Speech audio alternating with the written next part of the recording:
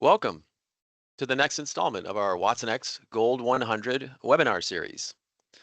Today we're going to cover watsonx.governance. But first, I'd just like to take a moment and introduce the team. We're dedicated to your success in selling watsonx solutions. There's a team of five solutions architects that you see here. I'm the guy on the left, Damon. We all specialize in watsonx.ai, but then we have focus areas. Mine is watsonx.governance. And then for my colleagues, you can see their focus areas. They're listed under their names, as well as all of our email addresses. So feel free to reach out to us with assistance. For assistance in any of the things that you see on the left side of the slide there. We help with technical enablement, sizing, licensing, and even connecting you with maybe the right IBM resource you might need to help move your deals forward. So today we're going to give you a high-level overview of the watsonx.governance product, just to get you kind of familiar with some of the opportunities it provides. And so we're actually going to start off by talking about another product just for a minute, and that's ChatGPT. But only because it's been in the news so much. It's a household name now, isn't it? So it's really shown the power of AI sort of to the masses, to the public, so to speak, right? But it's also drawn a lot of public scrutiny to AI in general.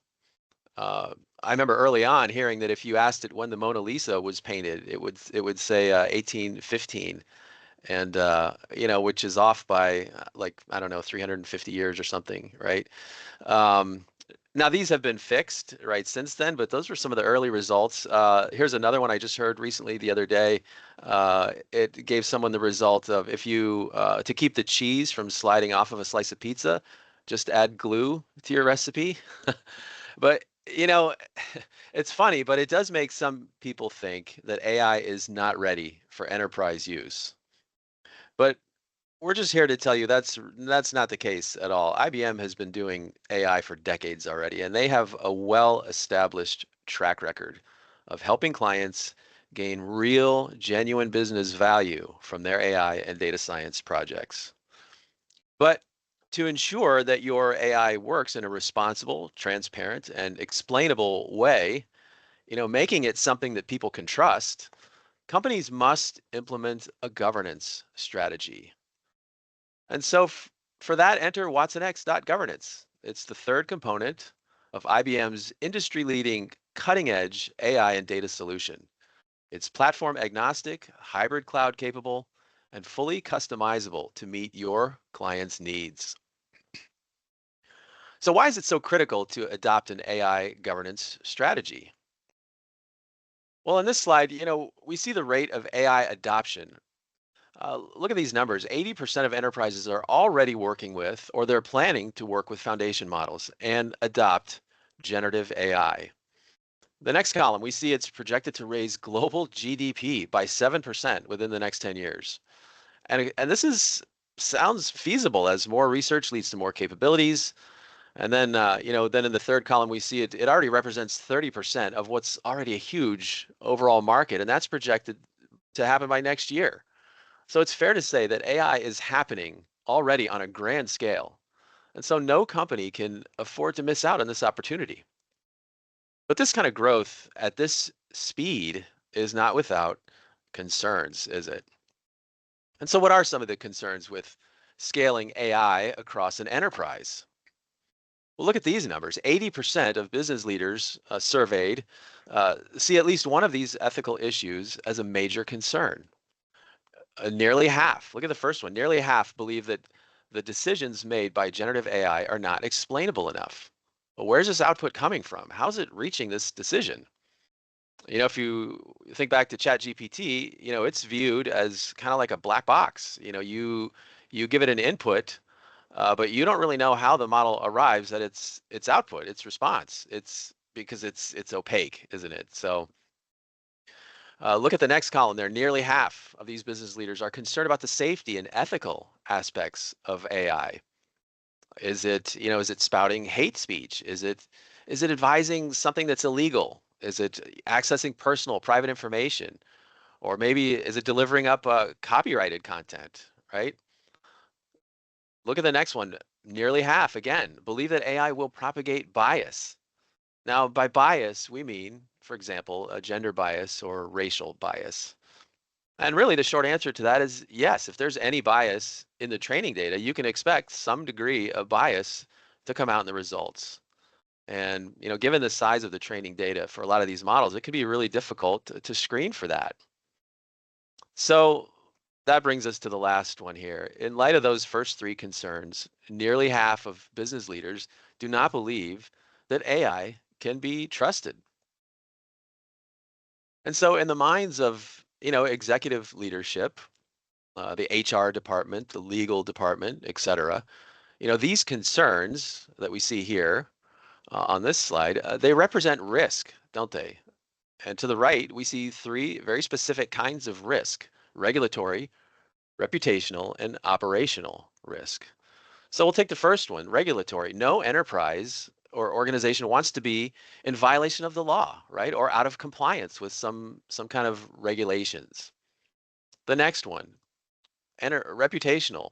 No enterprise can afford to take a hit to their reputation or their brand, right? Branding is so critical today, isn't it? And then the bottom one there, operational risk. No enterprise, especially in this economic climate, can afford operational risks either. And so just to give you kind of an example of that, what we're talking about, let's say a bank is using AI to approve or deny loans, right? But the model maybe is starting to have some bias in it, right? Or maybe it's experienced some drift, right? That's when the performance of the model degrades over time, right? Or maybe it starts releasing personal data, right? So what's the result of that going to be? Well, it's going to be maybe approving loans that it shouldn't, exposing you to risk, right? Or maybe it's denying loans that it shouldn't. So now you're missing out on business, right? So you can see there an operational risk. So when we said earlier that it's imperative that companies implement an AI governance strategy, what does that really mean? So what AI governance is, it's the process of directing, monitoring, and managing all of the AI activities of an organization. And so let's think about what that means. What do we really need to do, right? So we need to be able to monitor and evaluate uh, our models, right? Our AI models for fairness, accuracy, drift. Then we have HAP, which means hate, abuse, and profanity. PII, which is personal identifiable information. And they need to be explainable, right? Instead of a black box, we want our AI to be a white box, right? Or let's even go a step further and call it a glass box. So it's transparent and you can see exactly how your model arrived at a given output. Then you have to be able to track all these metrics in a way that's automated, right? So you can associate them with the model and where it is in its life cycle, whether it's in development, pre-production, or maybe it's already been deployed. See, if you can do that, now you have auditability, right? Now you're starting to have governance.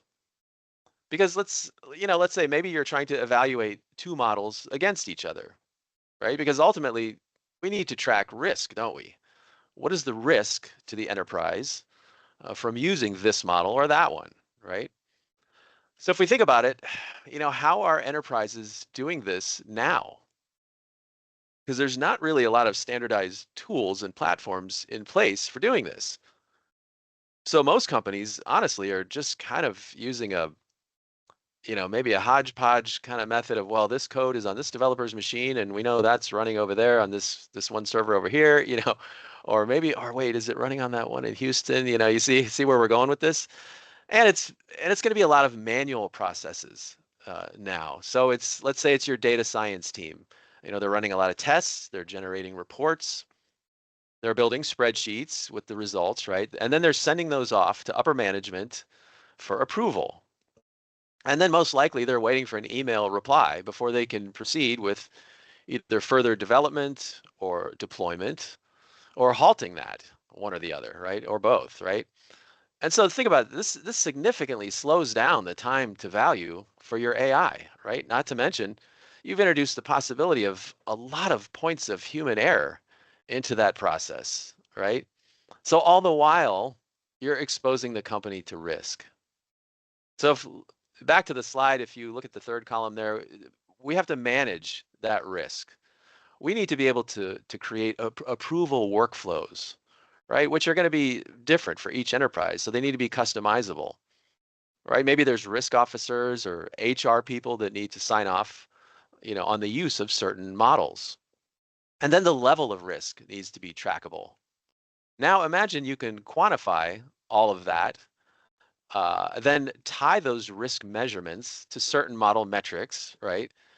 And then collect all of that data into a centralized dashboard, right? Now, giving you this enterprise-wide view of your model's performance. Wow. Now, if you can do that, now you're managing your AI. Now you really have governance. And so here we just have a couple screenshots just to give you an idea, what it looks like. The quality metrics you're going to want to use are dependent on the use case of the model, right? Whether it's predictive or generative. And there's a variety of quality metrics like accuracy, precision, recall, and it allows for the definition of custom metrics as well. And you can set up alerts if the model falls below a certain threshold. It can also be set to detect unfair bias and drift in predictive models.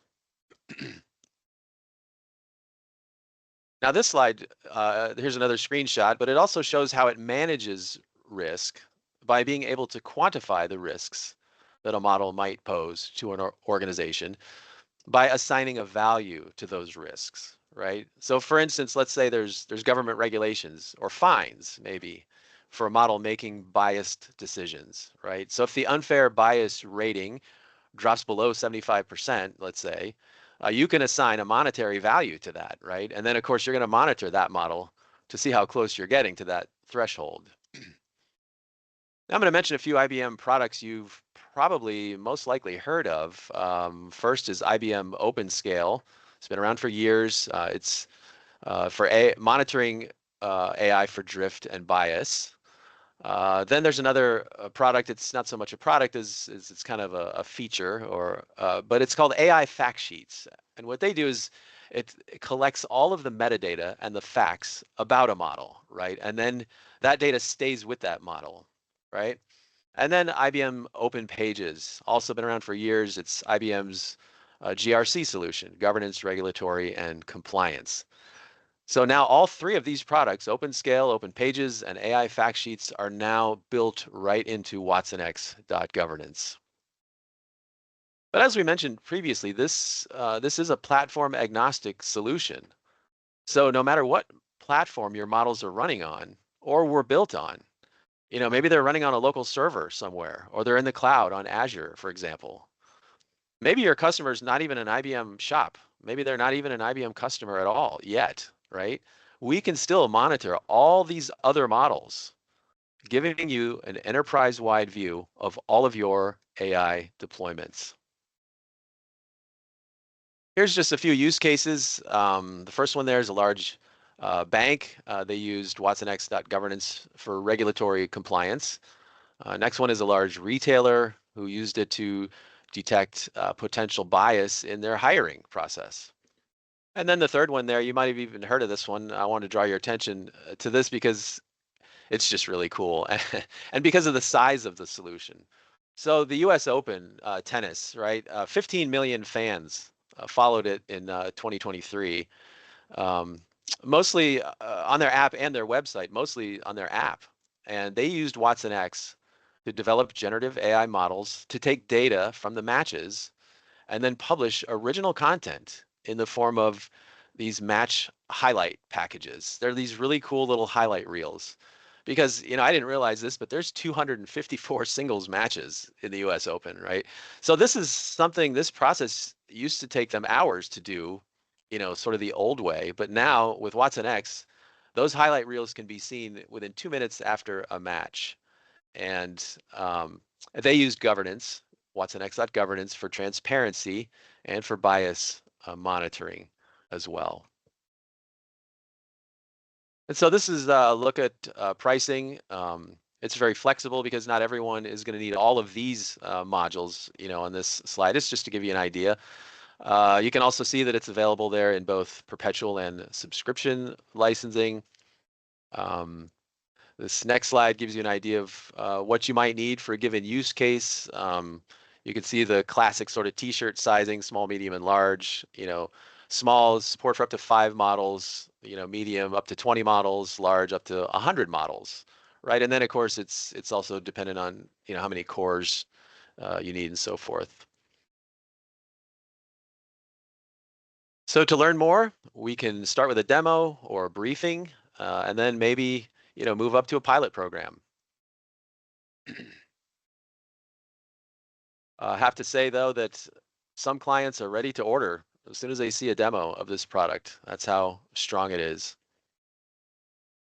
And then before we go, I just want to leave you with the assurance that IBM is the true leader in the AI governance space. This is one of those magic quadrant things, and you'll notice in the upper right corner, that's IBM in the large pink circle as the leader in this space. And so one client said after seeing a demo, I like this quote. She said with a little bit of fear and trepidation in her voice, she said, "Our whole organization is rushing into generative AI, but we don't even have this in place yet for our existing models." But we're just here to tell you that doesn't need to be your clients, right? Just let us know when you want to start helping your clients start governing their AI in a way that's responsible, transparent, and explainable so that it's something they can trust. So we appreciate your time today. Feel free to reach out to us. Our contact information was on that first slide. So we thank you.